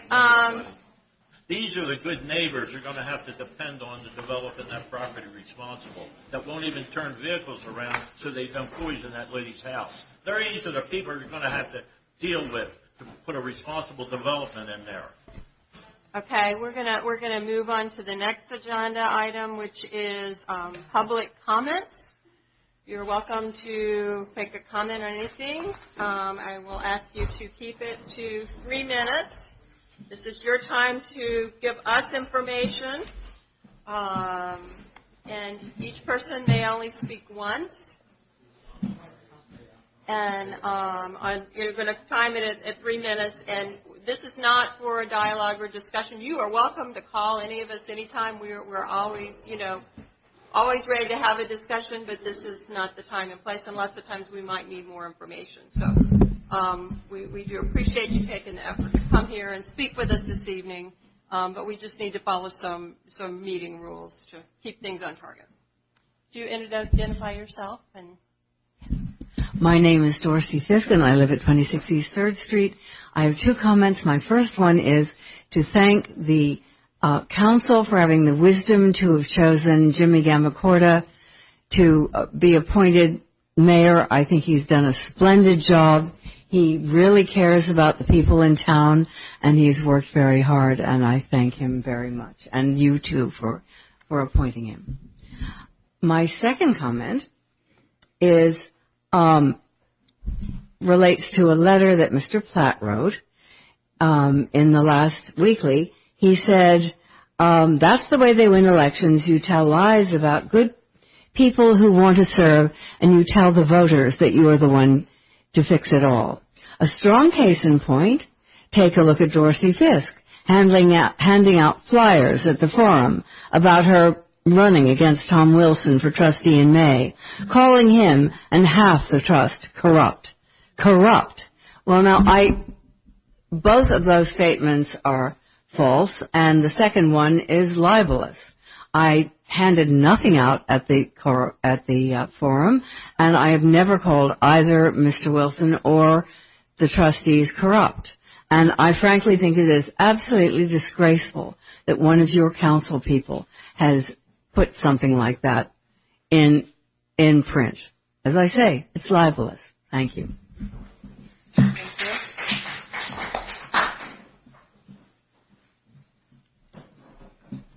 Good evening, everybody. Bill Emery, I live out in Baltimore. I just want to touch base on that last item that was discussed about the parking issue over there in the old grocery parking lot. That's just the tip of the iceberg. I've spoken with two individuals at this front table in reference to a problem out in Baltimore. It's an issue that needs addressing, and the only way to address it is to develop some ordinances or regulations that control these problems. And that falls on you guys. And you have to take that under and do that for us, the people who put you in office and who live in the city and pay taxes. The Bolton issue is completely out of control. We have a junkyard in a residential area. It's not only a junkyard, but it's also a safety issue because of what's in this yard and the number of vehicles that are in this yard. So that's one. Commercial vehicles, somebody touched on here. I guess commercial tractors, they pull tractor trailers, 18-wheelers. We have a problem of them parking in residential areas now. Again, I'm using Balton, Washington Parking as an example. And they're actually working on their vehicles in their driveway. They're putting them in their driveway. I thought there used to be an ordinance controlling things like that. I don't know. Something needs to be looked into about that.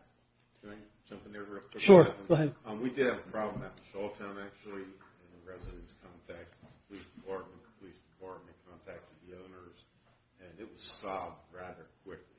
So if there is a truck, I think I know the one you're talking about. I only see it there very rarely, but it shouldn't be there. Give me a call. I'll call 911. You call 911. Oh, I'm not. No, Trust me, I'm afraid of calling 911. That right. can be, Bill, that can be solved really quickly, okay? Like I said, out in Shawtown, matter of a day or two. And I've tried not to push the issue because I try to let it be passive, but it's been ongoing and it hadn't stopped. So now it's time to address it. Right. So the other one, police chief a while back made some comments about some of the things he was going to try to do. One of them was going to be to try to control parking on the streets as far as wrong way parking. Again, I live in Balton. I'm using it as a prime example. If you go up and down my street, Balt Avenue, probably a third of the vehicles on the street are parked the wrong way. I've had a couple people comment on some of the crossroads thinking they're one-way streets. I do know there's ordinances about that. I know it involves a police officer writing a ticket. They got better things to do, but it still is something that needs to be addressed for the citizens of Newcastle. Okay? And my last item is parking as well on corners, particularly in Old Newcastle here. We have yellow stripes on corners for a reason. Help regular civilian vehicles make turns without damage or any danger, but also for large vehicles, city vehicles, emergency vehicles, which it does cause a major problem, especially emergency vehicles. Again, there's an ordinance there, just needs to be enacted. Again, I do know the police have a lot to do, but it's just something I've had many people come to me, approach me about these things, and I'm bringing it to council. Okay. Thank you very much. Chief, is that something the seasonals could help out with? Like as far as like parking tickets and things? Okay. And I know I see them all over town. You guys had last year, they were pretty mobile. There's no doubt about that. But... Thanks, guys. Thanks for sticking it out. Thank you, and so sorry for your loss. Yeah. All right. Anyone else like to speak?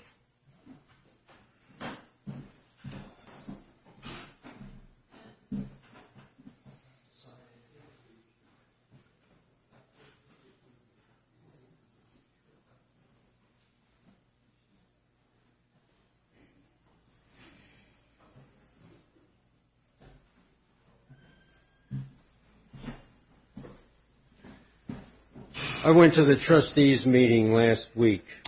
I heard, I believe, the president and perhaps someone else, another trustee, say that the city was paying for the parking lot. Is that correct or not?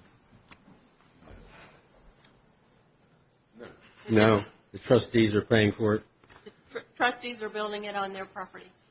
Well, I know that, but I was told the city is paying for it and it's being built on the trustees' land. So that is not a correct statement by the, I believe it was the president, actually, of the trustees. Okay, that's fine. I have an alternate subject. At the last city council meeting, the president stated that the choice of West 3rd Street parking lot site was based on Will Mapco and other studies, because I had discounted and basically invalidated the student study. So I conducted a FOIA search with the city, and they delivered it very promptly. And what I found was there is no Will Mapco study. There is a Will Mapco survey. And the survey says various things, such as ratings of current conditions for parking in Newcastle, from poor to very poor, 76 people. From fair to good to very good, 218 people. This is the kind of data the Will Mapco furnished. But they furnished it to AECOM for the real study. And this is the same study, the 102615 study. So in other words, AECOM took this information from them and from others, and they formed their own conclusion. They are our city engineers. And they said the following things. You were supposed to, regarding parking, improve utilization of existing parking spaces before creating new spaces. 3rd Street parking lot doesn't do that. Minimize vehicular traffic in the historic area. That's not true. That's the second item. Enhance pedestrian and bicycling experience. That's the third item. It does not do that. Minimize impacts on residential quality of life. Well, it certainly has a bad effect on residential quality of life on 3rd Street, and probably in aggregate, those people in 22 houses are going to lose $500,000 in collective value. So you're not helping, they're not helping them. The last item, or the next to last, is minimize impacts on businesses with historic district. It probably helps the businesses. Last item, enhance the community's overall character and minimize environmental impact for any new parking facilities in the historic district. So the 3rd Street parking lot does not deliver on that also. This is the end of my statement. Okay. Thank you. Anyone else want to speak?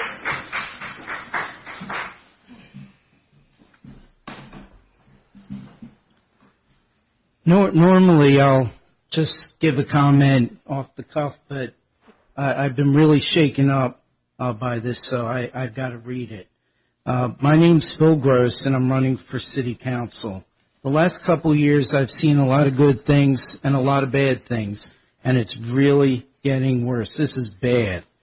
I'm bringing this matter up because I want this matter to be made public and be entered into Council's record. I decided to run for Council because I wanted to make a difference. I'm tired with the way things are being done by Council. I want to give back. Since deciding to run, I've been assaulted. I've had 18 signs stolen, lies spread, been slandered and harassed by a trustee and a councilman, and received an offensive text. For almost a year, I've been verbally attacked by Councilman Platt. Among the comments made by Mr. Platt, he said I intentionally burnt down my family's 109-year-old business I'm a deadbeat, I'm a liar, bad for the city, and should never be running for council. After the forum, Council Platt witnessed me being assaulted and pulled the person off me. He then told the police that the man never assaulted me. So the question is, how did he pull him off me? And he also said that he never knew the man. He also made other comments that Councilman Leary seemed to agree with, but didn't comment other than, yeah. I find his actions and demeanor unofficial, an embarrassment, and not becoming of a councilman. I'm dismayed by and let down by the process, and sure that we've got to do better. We can do better. Thank you. Would anyone else like to speak? God, it sounds like some people ought to be censored. Attacking. Yeah. I'd go for it. I think you're best set. That's your unprofessionalism.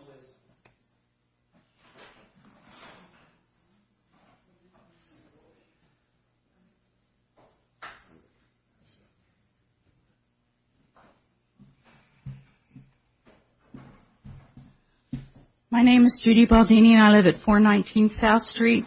I just have a question or a reminder. Or a while back at one of the council meetings, I don't know whether it's a proposed ordinance or resolution or just a discussion concerning a possibility of a stop sign on Delaware Street at 3rd. And that was never followed through with. And I thought that it was something that required more study or something of that nature. In recent months, I have been going through coming into town on 3rd twice a week for several months. And I had been in near misses and precarious positions at that area. So I was just kind of curious if that was a dead subject or if something else was being done with that. Thank you. That's part of the Delaware Street redesign, that we're looking at safety improvements and that to improve it for people crossing by foot and certainly to crossing by car. And so that's really will be considered in the next council as we get more information on the engineering. But thanks for bringing that up and making that comment.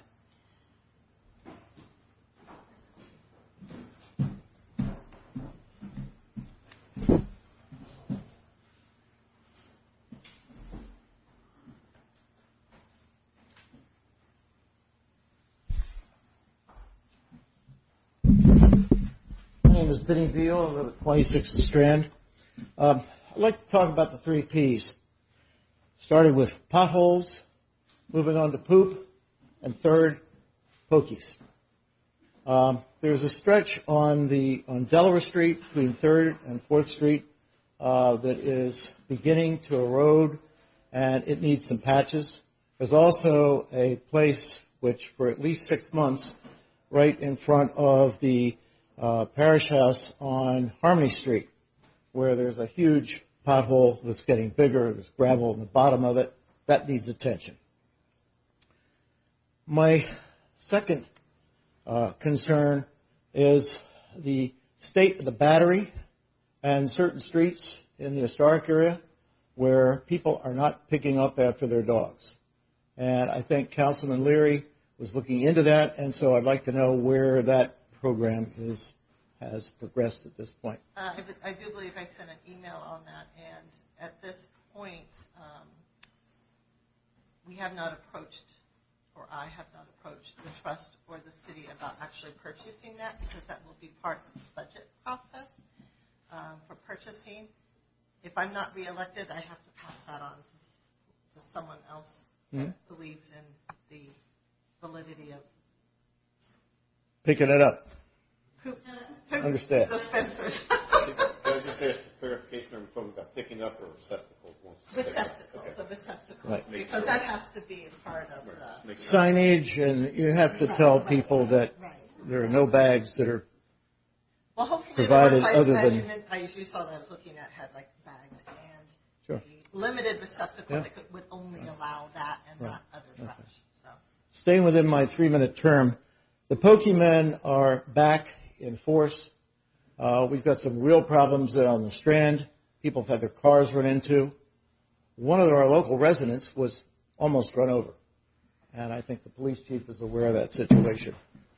We are working with, a group of us are working with the Reed House, and they have gyms and all kinds of facilities within the Reed House property, and we'd like to see the Reed House taken off the Pokemon's programs.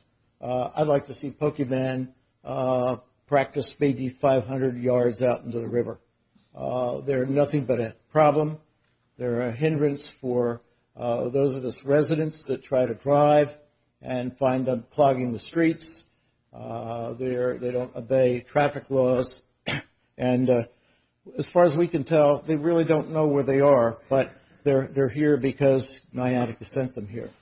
Moving on, sometime later this year, there's a whole new Pokemon game coming out.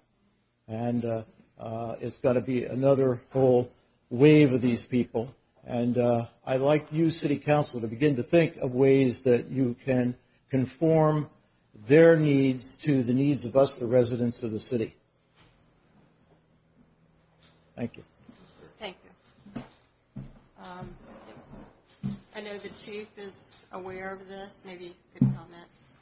A couple of things. First, a handful of our officers have figured out how to get into the staff. So they're I don't want to say playing the game, but they're playing the game. So when they get word of a gym, or I don't know anything about it. I don't know what it is, but a battle, whatever it is they're doing, they preempt it. So the last big surge we had, we were already waiting for it.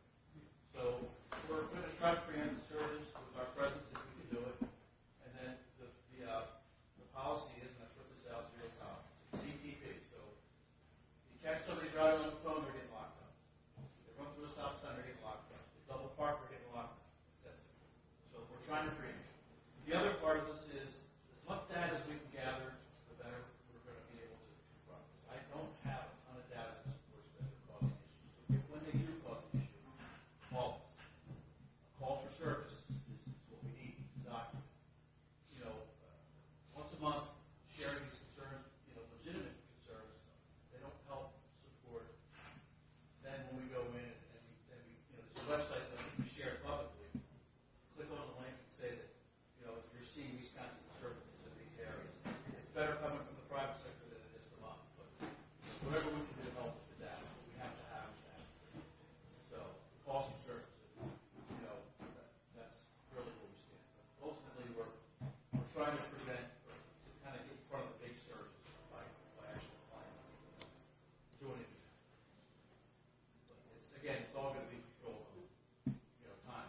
If we're in the middle of something like we are right now, you hear the helicopter. I know, I'm like, This is what takes us off the road for long periods of time.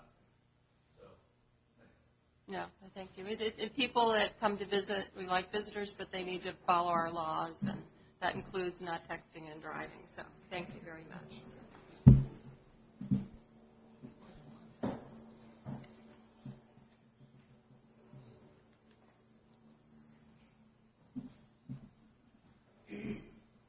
Sandy Beal, live at 26th Strand. I appreciate your comments, officer, but unless there's a process that would put forward where we can be vigilant in our own neighborhoods, we happen to live, as we indicated, on the Strand, so we see things there. But we walk dogs all the time. We see a lot. And I have seen 2nd Street clogged in the evenings after dark in the winter because people are driving down 2nd Street playing the game. And there's someone who's just recently moved from here who was just appalled. We could not cross because we were afraid we might be hit because the persons were not paying attention.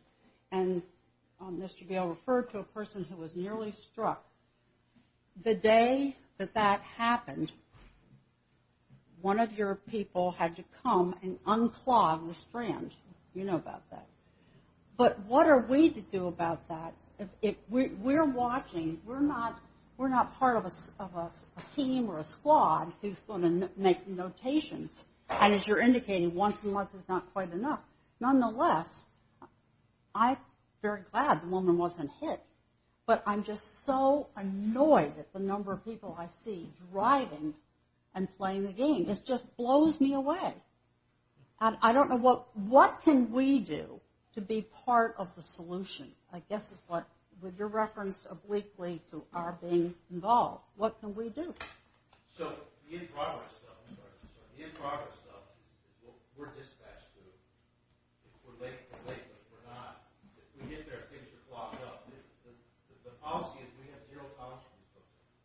So if we get to the Strand and they're double parked, or we have to sit and monitor, we'll sit somewhere and if we see somebody on their phone, it's zero tolerance. Hopefully, the fear is that we may be successful in, 50, 20 citations, but a whole new group's going to cycle back in the next month, if that's how this game works. So it's just a constant call for service. Don't be afraid to bother us with calls for service. Well, yes, but then that person's gone. And it's not just the Strand. I walk everywhere. I see it everywhere. Right, but at some point when somebody makes the attempt to talk to the company and say they're having a problem down here, we have data to say, I've got 100 calls for service from this one block. You've got a problem with this game, right?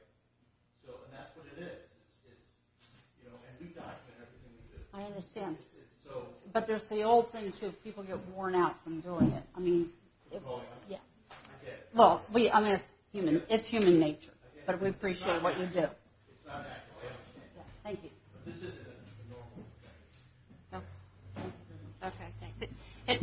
And the city has indicated before that many of the Pokemon stops and gyms, I think there are 3 gyms, and I'm not an expert in this topic either, but apparently there's some interaction when you have a gym. That would be the flagpole, which of course is closed, which Pokemon did agree with us that they're going to close. They basically shut the game down when the park is closed. The George Reed House, I know they've made some changes. Also, Emmanuel, I think, still has a gym. And then there are Pokestops all over. I've had conversations with the Reed House.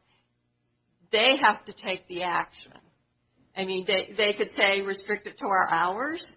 They could say get rid of the gym, but have a Pokestop restricted to our hours. And I know that Niantic has made some changes. And Niantic is getting a better understanding that they are impinging on, resident life, and they seem to be more accommodating, because originally when they came out, they weren't. So I would encourage to set up that dialogue, or certainly the police department can provide supporting information, for a particular private location that wants to take action. Like I said, we welcome visitors, but they must follow the laws, and they must, we must make sure everybody's safe. So that's where it is. So thank you for that. All right. Karen Whalen, 17 West 30, already signed in. Why? It seems as if common sense never seems to prevail here in the most simplest of solutions. Why should any resident of this city for 1 second have to put up with the distractions, the inconvenience, the mess, the noise, all of that and more, hazardous driving conditions for a corporation that is making billions and billions of dollars of revenues off of our backs? Why do we have to put up with that? And you said it yourself, Linda, you curbed Niantic's activities in the park by giving them a call, or Mr. Caranta did. So clearly you have contact with them and have some clout. So my question is, why continue the debate? Why not just turn it off? Ask them to turn it off. We've had it here for how many years? These people have shown that they barely, if at all, spend in this town, which was always the rationale to have them here. Why don't you just turn it off? We don't like it. It's distracting. There are more people. There's poop all over this town. There's litter. There's this, that, and the other thing. Why don't you turn it off? I don't ask the question. Why don't you turn it off? Why are we not entitled to our enjoyment of our property? That's a constitutional right. Well, we only have certain powers within the city. Like I've always said, that a lot of it, the power relies on the individual locations, which are not city public property. They make their own decisions. There are some people that enjoy playing Pokemon that live here, that are residents. There are some people that like to come here with families. And the Pokemon game, you can't call them up and say, turn it off in our Why whole not? city. It won't work. But Why won't it work? Mr. Carranza apparently called them and asked them to stay out of the park after certain hours. There was a lot of back and forth, and Mr. care. Carranza and Call myself, them and up. the city administrator, and the city solicitor. Show your power. Turn them off. Demonstrate your power and demonstrate that you are here representing the residents, which we haven't seen at all from any of you in your turn, except for Mr. DeMundi. Okay. We would like you to represent us. Okay, well, I will share the rest of that if your comments are finished. It still relies on the individual. The park was a situation because they agreed to turn it off because of park hours. Because that had to do with the park hours. To make city hours. Are you not in control of this municipality? Take care of the residents who elected you. I think we're past 3 minutes. So you don't want an answer because you're not doing your job. I think that's all we can say. I make a motion to adjourn. Okay, all those in favor indicate by saying aye. Aye. Okay, we are adjourned. Or you just